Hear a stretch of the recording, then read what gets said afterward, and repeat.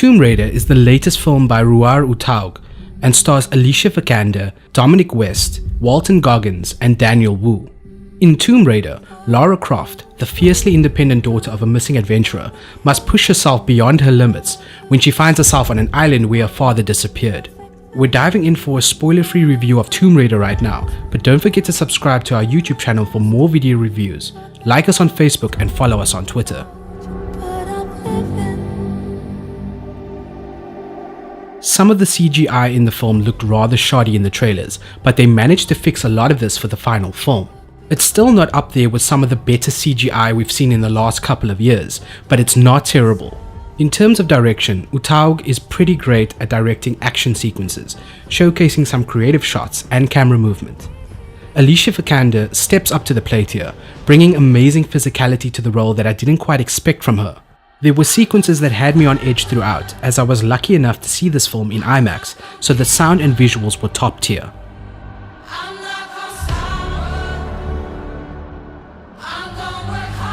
This version of Lara Croft is a lot different to earlier iterations of the character, including Angelina Jolie's version from the 2001 and 2003 films. Vikander's version is very much not an adventurer by the start of the film, and a lot of the story is her finding herself and her purpose. She's very similar to the 2013 game version of Lara Croft, but she's more grounded in normalcy to help build an idea of who she is and who she will become. Daniel Wu's Lu Ren is a great adventure companion to Lara, and Walton Goggins is somewhat formidable as Matthias Vogel. The story really pushes Vogel's actions to a point that shows how much of a threat he is, but I didn't feel that his performance was the strongest I've seen. Dominic West's version of Richard Croft is a bit of an exposition machine, but he's used quite effectively in some portions of the film. As mentioned before, this film is very close to the 2013 game Tomb Raider, but writers Geneva Robertson Dworet and Alistair Siddons decided to ground the story in realism a lot more than the game does, which works to its advantage as a film. Lovers of the game will thoroughly enjoy the visual realization of Yamatai and how the island is brought to life in a number of set pieces that pay homage to the game.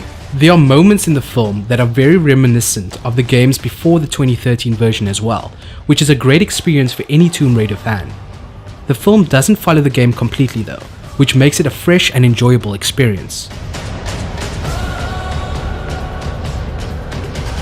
Tomb Raider is a really good action movie and selects portions from the 2013 game to create a captivating version of that character and story. The action in the film is very well done, but the CGI and the villain leave something to be desired. It's worth noting that those who didn't play or enjoy the 2013 version of the game may not enjoy this film as much as fans, but either way it's worth a watch. I'd love to see a sequel, but with the current poor response from critics and the box office, that looks somewhat unlikely. Tomb Raider is being buried by the critics, but we're giving this one a 7 out of 10.